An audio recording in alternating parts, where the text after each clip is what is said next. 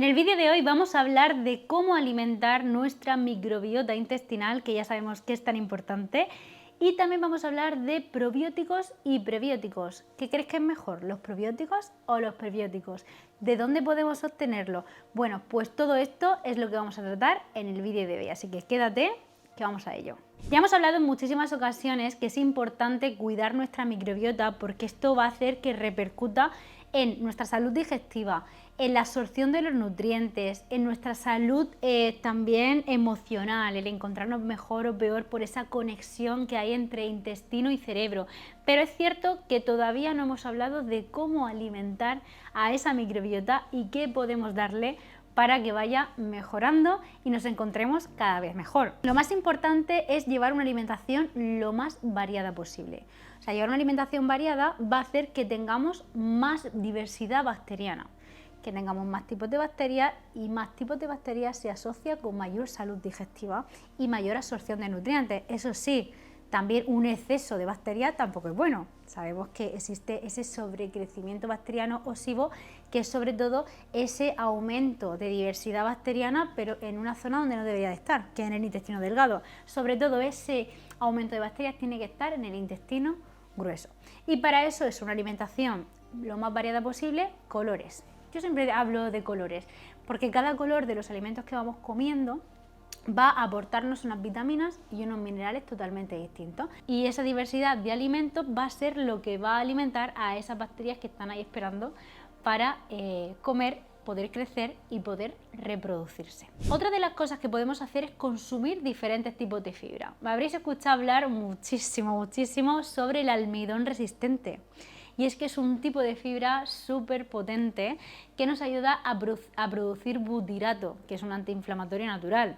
Sobre todo cuando consumimos, por ejemplo, el almidón resistente a partir de alimentos pues, que tienen beneficios para nuestro organismo, como puede ser la patata, el boniato o incluso la calabaza. Estos, cuando los cocinamos y los dejamos enfriar, por ejemplo, los servimos o los asamos y los dejamos enfriar durante al menos unas 12 horas, el almidón que contienen natural se convierte en almidón resistente. ¿Qué eso qué significa? Pues que pasa, que se resiste a todo el tracto digestivo y pasa íntegro hasta el colon, donde ahí alimenta a esas bacterias y es un tipo de fibra súper potente que a su vez produce butirato o ácido butírico, que es un antiinflamatorio natural. Así que ese es un tipo de fibra que tenemos que incorporar. Pero sobre todo los diferentes tipos de fibra que podemos encontrar se encuentran en las frutas y las verduras. Por eso siempre hablamos mucho sobre el tema de consumir distintos tipos de frutas y verduras, como puede ser por ejemplo la manzana, que tiene pectina, o como puede ser la zanahoria también, o como puede ser el tomate. Hay muchísimos tipos de verduras y frutas que tienen diferentes tipos de función en nuestro organismo y que son totalmente necesarios. Por ejemplo, los hongos y las setas nos aportan betaglucanos, que es otro tipo de fibra súper beneficiosa para nuestra microbiota. Pues todos estos tipos de fibra de los que os estoy hablando, tanto el almidón resistente como todos estos a partir de las frutas y las verduras, son los llamados prebióticos. ¿Qué significa prebiótico? Pues que es el alimento de las bacterias que tenemos en nuestro organismo. Eso es lo que significa prebiótico, alimento de las bacterias. Y los probióticos son las mismas bacterias que muchas veces se encuentran dentro de los alimentos que consumimos. Es decir, por ejemplo, el yogur. El yogur tiene bacterias vivas. No sé si sabéis, porque es un proceso de fermentación lo que le hacen a la leche, que lo que hace es que produzca diferentes tipos de bacterias, como por ejemplo los lactobacillus, que se encuentran dentro de ese yogur y cuando tú lo consumes pasan íntegras esas bacterias hasta llegar al colon y se quedan con nosotros. Por eso se llaman probióticos, porque son esas bacterias vivas que se quedan con nosotros. Y el prebiótico es el alimento. Entonces, ¿qué es mejor? ¿Consumir los probióticos o los prebióticos? Pues los dos. Tenemos que consumir los dos, tanto probióticos como prebióticos, porque tenemos que tener tanto bacterias buenas y vivas como el alimento que las alimenta para que ellas se sigan reproduciendo y alimentando bien para no dejarlas morir. ¿Qué otros probióticos podemos encontrar en los alimentos? Hemos nombrado el yogur, pero el kéfir también contiene probióticos y bacterias muy similares a las del yogur. Lo que pasa que son provenientes de las del kéfir. Entonces ir variando entre kéfir y yogur sería maravilloso. Incluso yo, desde mi punto de vista, a mis pacientes siempre les digo que al menos 2 o 3 veces por semana incluyan yogur o kéfir para poder incorporar esos probióticos necesarios en nuestra microbiota. Además, también vienen muy bien para reforzar nuestro sistema inmunitario. Pues tú imagínate que coges un virus de la barriga, que estás con una gripe, entonces van a venirte genial esos probióticos una vez que pases, por ejemplo, esa gastroenteritis. Mientras que estás con la gastroenteritis, a lo mejor es dejar tu cuerpo descansar para que se recupere, y luego para reforzar el sistema inmunitario y completar esas bacterias utilizamos los yogures o el kéfir, por ejemplo. Otra de las estrategias que yo también sigo con mis pacientes es que tras tomar un antibiótico, ya sabemos que los antibióticos acaban con toda tu flora bacteriana, con todas esas bacterias, se llevan tanto buenas como malas. Entonces, para volver a repoblar nuestra microbiota y tener esas bacterias vivas, el hecho de incorporar probióticos sería estupendo. ¿Qué más probióticos encontramos? Porque hay muchísimos alimentos que lo llevan, todos los fermentados. Y con esto os hablo de la col, por ejemplo, del chucrut. No sé si lo habréis escuchado alguna vez por este nombre, igual no, pero la col fermentada seguro que os suena, que es la típica col blanca que la podéis fermentar incluso en casa, que si buscáis por internet cómo fermentar la col, seguro que os aparece algún vídeo aquí en YouTube mismo sobre cómo hacer verduras fermentadas. Entonces el chucrut es algo que se consume mucho, creo que es un producto alemán si no me equivoco, lo venden en muchísimos herbolarios, algunos supermercados también, y es esa col fermentada que contiene esos probióticos que nos pueden ayudar. Otro de los alimentos que también contiene probióticos es la sopa de miso, ¿no? El miso. El miso es un probiótico maravilloso que también ayuda mucho a regenerar toda esa mucosa intestinal, toda esa barrera intestinal. Para nuestro sistema inmune viene genial, entonces hacernos sopas de miso, aquí no es tan típico, pero en otros países es súper típico el hecho de consumir una sopa de miso antes de las comidas, pues también sería beneficioso utilizarlo. El vinagre de manzana sin filtrar, este es más novedoso, o sea, lo tenéis más conocido seguro porque están hablando en redes sociales todos los días ahora del vinagre de manzana. Por lo menos a mí, no sé si es por mi algoritmo, pero me aparece todos los días vídeos del vinagre de manzana, ¿no? Yo hablo mucho de este también, y es porque el vinagre, cuando se elabora en el proceso de fermentación, siempre quedan restos de bacterias, ¿no? En todos los procesos de fermentación.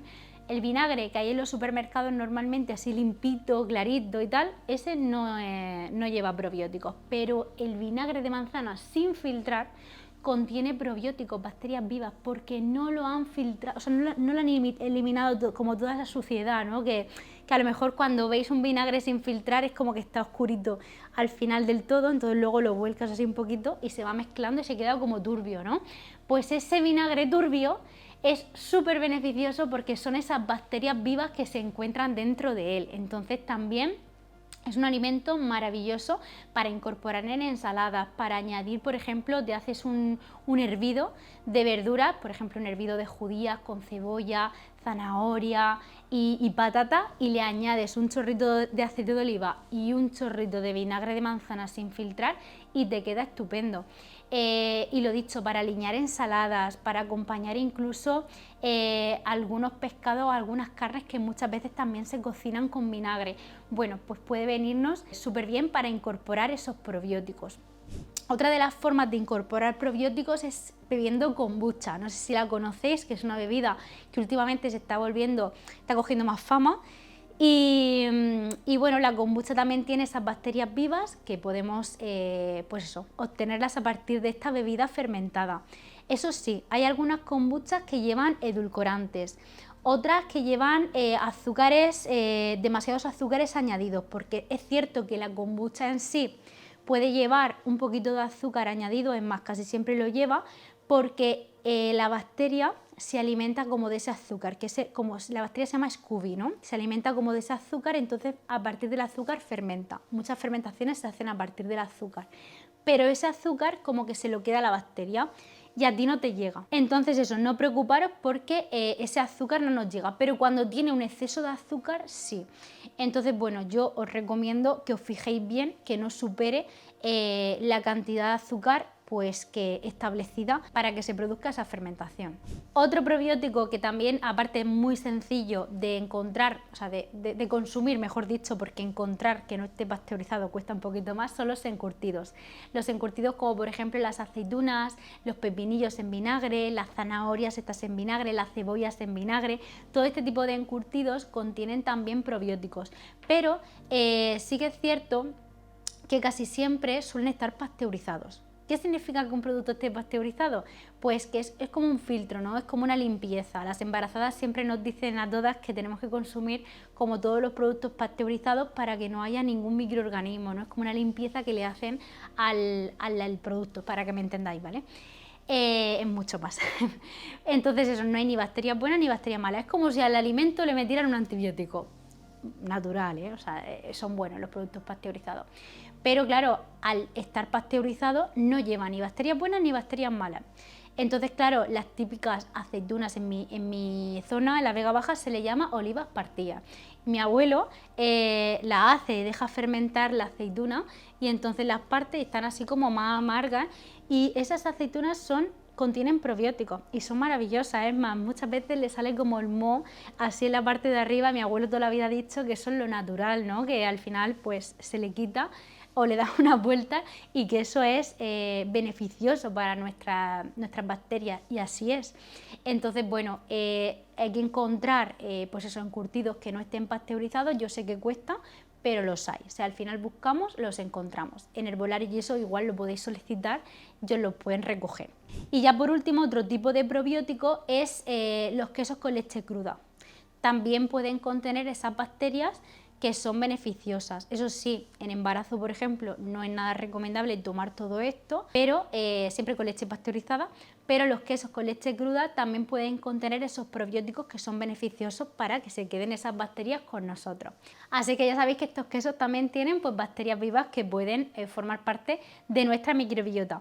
Así que nada, ya hemos hablado de los probióticos, hemos hablado de los prebióticos, que son el alimento de estas bacterias, ¿no? Bacterias que tenemos de forma natural y que podemos incorporar también de forma artificial, entre comillas, a partir de los alimentos en nuestro organismo. Y eso es maravilloso, tanto el consumo de unos como de otros. Pero ahora seguro que os estáis planteando en vuestra cabeza, estáis pensando, y entonces esos probióticos y prebióticos que te mandan en la farmacia o que te recomienda tu nutricionista o el influencer que estoy siguiendo en Instagram, consume este probiótico que te va a reducir la inflamación y vas a mejorar muchísimo tu salud digestiva. ¿Eso es bueno tomarlo? Pues mira, yo nunca recomendaría probióticos a la ligera. O sea, lo suyo es conocer el caso de cada paciente. Es cierto que los probióticos pueden ser maravillosos y es increíble el efecto que tienen en nuestro organismo y lo que nos pueden ayudar. Pero, por otro lado, también nos podrían perjudicar mucho si no los tomamos de forma adecuada. Entonces tenemos que saber muy bien elegir qué tipo de probióticos necesitamos e individualizar mucho esa prescripción. Por eso es importante que cada persona acuda de forma individual si cree que necesita probiótico o prebiótico, que vaya de forma individual al nutricionista y le pueda asesorar de forma individualizada, porque es cierto que nos podemos cargar nuestra microbiota con el consumo de probióticos. Muchas veces, no sé si habéis visto, pues polvos que a lo mejor te dicen, no, tómalo y te va a reducir la inflamación, que lleva una combinación de probióticos maravillosa. Vale, pues si tú tienes un sobrecrecimiento bacteriano o tienes un problema a nivel digestivo, es que te puede perjudicar muchísimo más el consumo de esos probióticos, se te puede empeorar la enfermedad. Entonces no fiaros de lo que vemos muchas veces por internet, por redes sociales, de probióticos y prebióticos que te prometen un resultado específico, porque puede ser peligroso consumirlo así a la ligera. Y se me olvidaba que otro prebiótico que también ayuda mucho a alimentar esas bacterias que tenemos en el intestino, en nuestra microbiota, es el cacao. El cacao, muchas veces nosotros le tenemos miedo al cacao, ¿no? Porque es una grasa y pensamos que al consumir cacao que nos va a engordar, pero siempre y cuando sea un cacao puro 100% o a lo mejor un chocolate de un porcentaje elevado, como puede ser un 85 o un 90% de cacao, contiene antioxidantes, polifenoles, ¿no? Que alimentan a nuestra microbiota, esas bacterias que tenemos ahí, y bueno, todo tipo de antioxidantes, como por ejemplo también los frutos rojos, los arándanos, las bayas, frambuesas, las fresas, todo este tipo de alimentos alimentan también a nuestras bacterias. Y el té verde, por eso se ha puesto tan de moda también el té matcha. ¿Lo habéis escuchado alguna vez? Esa recomendación de té matcha. Bueno, pues el té matcha es un tipo de té verde que contiene muchos antioxidantes y que también ayuda a alimentar a esas bacterias. Por lo tanto, el té verde actúa como un prebiótico, así que podríamos tomarlo también. Bueno, espero que os haya ayudado muchísimo esta recomendación de alimentos para trabajar nuestra microbiota. Ya sabemos que hay muchísimos hábitos que también interfieren en la microbiota y esto lo hemos hablado en muchísimos vídeos que tenemos atrás. Pero lo dicho, el cómo alimentarlo nunca lo habíamos hablado, y el tema de la suplementación, de verdad, otro tipo de suplementación me decís, oye Sandra, es que me han recomendado que consuma omega 3. Vale, consume omega 3 sin ningún problema, no hay contraindicaciones solamente con el tema de coagulación de sangre y tal, si estamos utilizando heparina o adiro o algún tipo de anticoagulante, pero tenemos que llevar cuidado con el tema de los probióticos, ¿vale? Otros suplementos, ya te digo, se pueden tomar más a la ligera y no hay tanto riesgo, a lo mejor pues como por ejemplo el magnesio, la vitamina D, siempre y cuando proceda de buenas fuentes y sea un suplemento, pues eso, que esté bien formulado. Pero lo dicho, los probióticos y los prebióticos vamos a intentar que sea más individualizado. Así que nada, nos vemos en el siguiente vídeo y te voy a dejar por aquí abajo mi reto ya sabemos, en el primer comentario fijado, siempre lo suelo dejar todo, para que os podáis apuntar a mi reto antiinflamatorio de los 3 días, que podáis probar, porque al final en este reto también incorporamos probióticos, prebióticos y trabajamos mucho nuestra microbiota intestinal.